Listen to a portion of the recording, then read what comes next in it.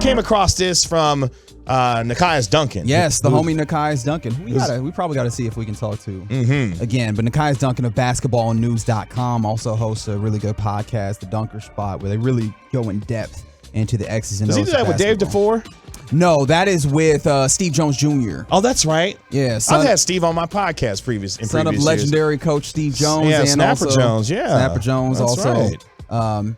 Does a lot of, or he was a video coordinator in the NBA. So both actually used to work with the Nets as well. There you go. Both those guys have a lot of good stuff. Anyways, I digress.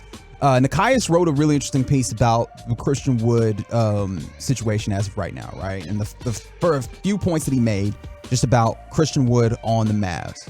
Point one, that's all it took to get Christian Wood, huh? Right? Like the Rockets party with Boban. Rockets really wanted to clear space for the younger guys because, and I think that a lot of people said this, you look at what Christian Wood's doing, you go, why wouldn't you want that on your team? And also, why would you do that for a whole bunch of dudes who you were going to cut to get out of the league anyways, or trade and then ultimately get cut, right? Like they did, the only player from that trade, before you consider assets or whatever, like draft capital, that's still in the league is Boban Marjanovic, and he not playing. Like he's doing the same thing that he was doing with the Mavs last year, where he's sitting the bench and being a delightful human being, and then kind of being the human cigar. We move. Wow. We move. I love Boban. Shout out to Boban. Boban. Yeah, we love Boban, man. We miss him around here. It's the reason why he's like a movie star and a commercial star and all that. Point two.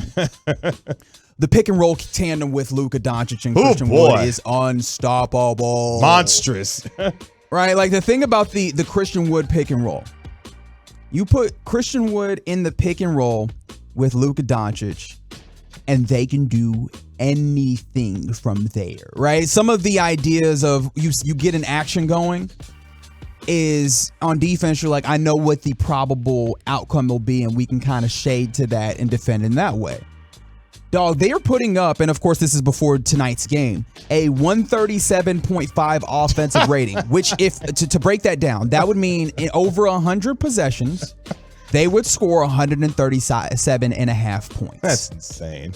It's good. That's really good. It's good, right? So you can't play drop coverage. You can't have the big man in a pick and roll just drop off, because Luka Doncic now gets in that little space where he snakes it, and he's like, he just got in that time, and he just kind of takes his time and does what he wants. He can take a midi, he can step back, all that, right?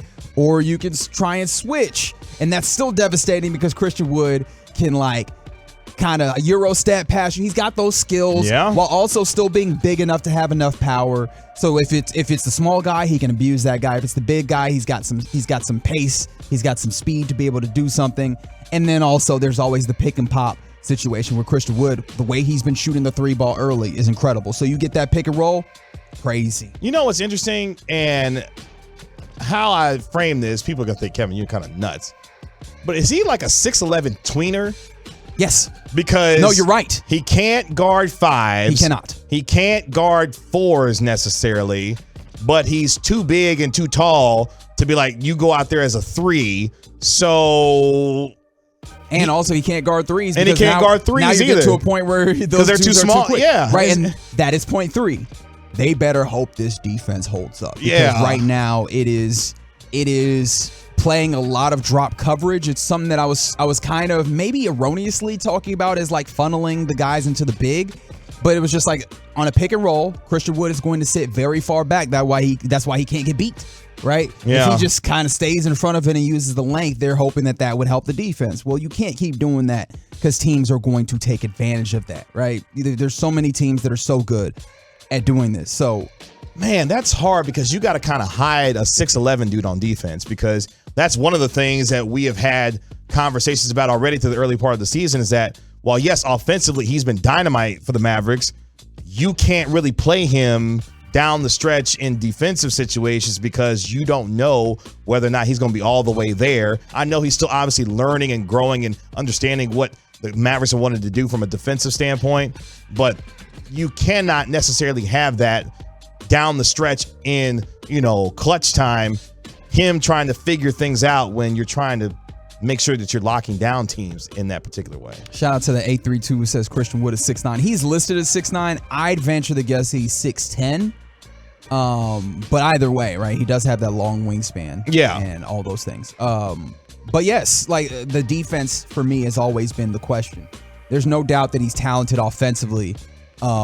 But I always wondered, are you going to be able to keep him on the floor because of that defense? And it seems like very early on, that's a question that the Mavericks are asking themselves, and maybe they are using those minutes, those late game minutes that people are kind of pulling their hair out about right now. I think in some ways they might be using those minutes as a carrot on a stick to kind of encourage him further to work on that defense. A little bit of incentive there, yeah.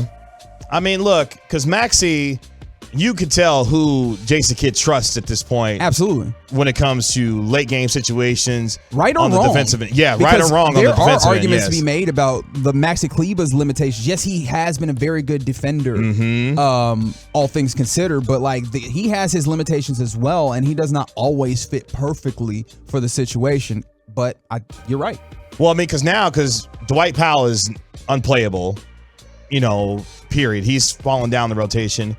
What concerns me is that, you brought in JaVale McGee here against the Pelicans. I think he played 12 minutes. Correct. I think Campazzo played more minutes. That's right. Than JaVale McGee did against the Pelicans. So, while yes, McGee's not going to finish most games anyway, you got to find a defensive combination that's going to be consistent for you down the stretch. And when you look around at the West and some of the big guys that are there, you feel concerned at times about Maxey Kleber's ability to be able to handle things down the stretch. I think he would be okay. And obviously, he's their most trusted defender, but Wood's got to find a way to get better on the defensive end so that he can be the one on the floor in those situations, especially when you need offense down the stretch as well. I think JaVale McGee would be your most trusted defender if you wanted to give him minutes. The problem is, I don't think I'm going to give him minutes down the stretch. Yeah. And the Maxey Kleber thing is in part because you can do the 5 out, and he should be able to shoot the 3 as well. But Christian Wood can do the offense. The defense ends up being a problem. In fact, it seems at times that they kind of are doing offense for defense switches, substitutions there. And I don't think that you can necessarily do that. Christian Wood is going to have to be capable of holding his own, in part because it's not like this is a situation in which you're hiding your center, but the rest of your players are really good at defense. This was already, and I don't mean to say this as shade, but this was already a little bit of a tenuous situation where you were using the really good defense of a couple of players to then mask some of the other players' defensive liabilities and hoping that effort and a team defensive structure would help. And it did. They played incredibly well last season. You're trying to add another. Shout out to Reggie Bullock and Dorian Finney-Smith. Their perimeter defense. Yeah, you're kind of now stress testing the extent of the capabilities of that ideal by adding another player who, at his worst, can be a downright liability, and at his best can be question mark. And finding what the high end of that best is will definitely give you answers on whether this is tenable or not. And if it can be, because I think that's the part where Mavericks fans are waiting to see. We know, and what we've seen so far from Christian Wood on the offensive end, he can do a lot of different things. Now, can he mentally and physically lock in on the defensive end to give himself the chance to be on the floor when it matters most? Because if he can, that spells, I think, really good things for the Mavericks and their ability to be much more flexible with their rotations. Because right now, Jason Kidd is still trying to figure things out rotationally with what he wants to do with Wood, whether it be, first quarter minutes, third quarter minutes, to try and put him in the best positions to be effective for this team. And Jason Kidd is not afraid to experiment. He did it last year when trying to figure out who the best guys were going to be from a rotation standpoint. He's got some new guys and some new pieces to try and figure out where they will go and help this team be most effective when they need it to be, to go alongside Luka, especially when the offense gets a little stagnant, or defensively when you've got to get a stop. Who is going to be the guys on the floor that can help you get that when you need it most there? Right, and I think this leads us into a conversation that we've had a lot already, and that I feel that we are just going to be having until probably like January, which is like, should you start Christian Wood, or what place? That's going to be the large topic of conversation in the first half of the season. And the tough part about that is, I understand, I think a lot of people are largely in the same place when it comes to the idea of your first line. It always makes me think of, but what about that second line where he is currently doing a lot of work, right? What does that second unit end up looking like? And maybe when all things are healthy, you're cool with Tim Hardaway Jr. and Spencer Dinwiddie having a majority of the scoring responsibility in that. I'm not sure. Like, I think that Christian Wood on that second unit has been huge for being able It's to been instant offense for them. Right, and being able to keep offense going at any time on the floor. And been a little bit of a ball handler at times, too, with that second unit. Because he can create his own shot, right? Yeah. It was something that we talked about a lot last year where it was like, are there guys that can get their own shot? He's absolutely one of those, and why it's great to have him on the second unit. You move him to the first unit, and of course you can stagger minutes and such, and that would have to be something that you do anyways just because of the limitations of your roster construction. But, was that Josh Green hitting a three? Well, yes, it was. Let me tell you something. Josh Green, quick aside, if he finds a consistent three-point shot, that'll help. That'll help. That will definitely help. And he took that confidently and quickly, which is a good thing. But to my point, is just if you can have if you can have that staggering. Maybe you can have that second unit where you still have your first unit at full-fledged of what you want and to get some scoring on that second unit, but you also don't want to find yourself in a place where your second unit is where you crater frequently because you don't have enough firepower there. Because right now, the Mavericks only have three guys, to me, that can go get your own shot guys. Obviously, Luka.